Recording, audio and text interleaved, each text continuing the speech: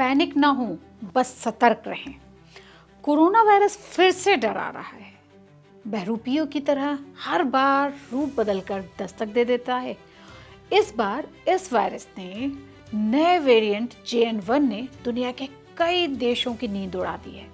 चीन, Singapore, Thailand ही नहीं, भारत में भी वायरस के संक्रमण का खतरा तेजी से बढ़ता जा रहा है। लोग डर चुके हैं और डर की वजह से थोड़ा माहौल गर्म हो चुका है। सिंगापुर और हांगकांग में कोविड-19 के मामलों में बढ़ोतरी तेजी से देखी गई। भारत के लोग भी फिर से घबराए हुए हैं।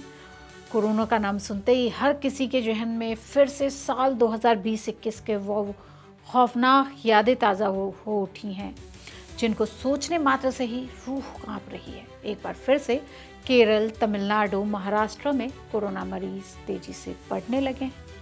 मुंबई में 2 मरीजों की, कोरोना पॉजिटिव मरीजों की मौत हो गई है। शहर में सतर्कता बढ़ा दी गई है। स्वास्थ्य विभाग अलर्ट मोड पे है। सवाल ये है कि कोरोना का नया वेरिएंट कितना खतरनाक है। इसके लिए हमने बात की डॉक्टर GC खिलनानी से, जो PSRI institute of pulmonary critical care and sleep medicine के चेयरपर्सन हैं। वो कहते हैं, कोविड का खौफ अभी तक हमारे मन में है, क्योंकि इतनी सारी जानें गई, ऑक्सीजन की कमी, सब कुछ अभी ताज़ा है। तो इसलिए जब भी कोई कोविड वायरस के आउटब्रेक की खबर आती है तो हमारे मन में जो डर है वो बिल्कुल गहराई तक चला जाता है। अभी जो न्यूज़ आ रही है कि JN1 वायरस सिंगापुर में, हांगकांग में तेज़ी से बढ़ रहा है और भारत में भी केसेस उसकी रिपोर्ट हुए हैं।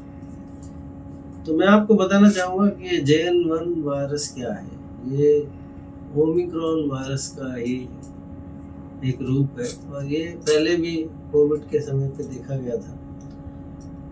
ये एक माइल्ड इलनेस करता है, जिसमें गला खराब होना, जुकाम होना, खांसी होना, छाती में तनाव होना, कभी कभी सांस फूलना, स्पेशली जो जिनको अस्थमा या ब्रोंकाइटिस की बीमारी है।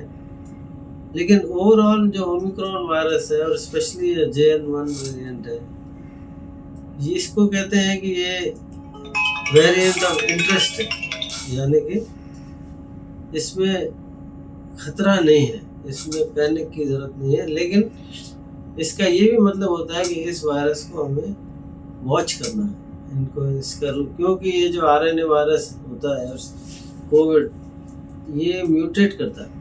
म्यूटेशन की वजह से कभी भी रूप बदल सकता है। लेकिन ओवरऑल जो ओमिक्रॉन वायरस है वो जो है एक माइल्ड डिजीज करता है, इसलिए पैनिक की ज़रूरत नहीं है। उनसे हमने जब ये पूछा कि ये कितना खतरनाक है और किसे सावधान ज़्यादा रहने की ज़रूरत है, कैंसर के मरीजों को या फिर जिनका इम्यून सिस्टम कमज़ोर है, या फिर गंभीर बीमारी से पीड़ित लोगों को, या डायबिटीज़ के मरीजों को, किसको ये ज़्यादा खतरनाक है और किसके लिए ये ज़्यादा खतरनाक है, तो डॉक्टर ने हमें बताया।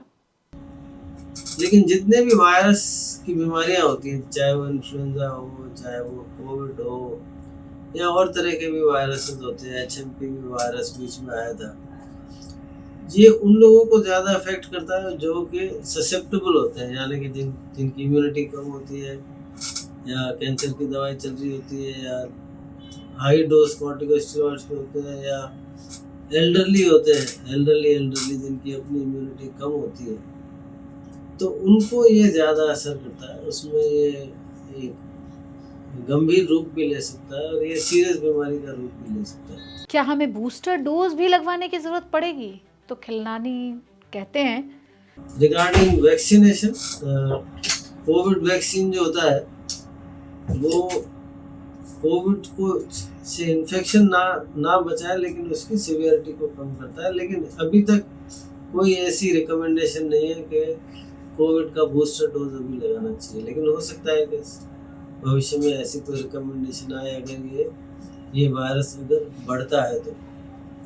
अगर आपको खांसी हो रही है, कोल्ड है, बुखार है, क्या अभी भी ज़रूरत है एंटीबायोटिक्स की? तो डॉक्टर ने एक बार फिर से बताया कि पैनिक ना हो। तो जिसको भी ये सिम्टम्स है, गला खराब होने का, खांसी का, नाक बहने का, वो अपना टेस्ट कराएं कोविड के लिए, जो कि आजकल मौजूद है। और ये सिम्टम होते ही आप अपने आप को आइसोलेट कर लें, आप खुद मास्क पहनना शुरू कर दें और बहुत भीड़ भाड़ लोगों में ना जाए कि ये बहुत ज़्यादा फैले। और जहाँ तक इलाज का प्रश्न है, अगर माइल्ड सिम्टम्स हैं तो बस पैरासीटामोल या कुछ भी बुखार की दवाई लें। एंटीबायोटिक जैसे एजिथ्रोमाइसिन हर आदमी लेता है, उसको लेने की ज़रूरत नहीं है। तो फाइनली मैं ये कहूँगा कि हमारे जो सरकार है, जो हेल्थ डिपार्टमेंट है, वो बहुत सजग है।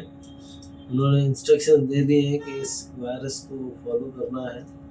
WHO भी इसको निगरानी रखे हुए हैं। तो पैनिक की ज़रूरत नहीं है। आप भी छोटी छोटी चीज़ें अगर एहतियात फॉलो करेंगे तो सेफ रहेंगे। धन्यवाद।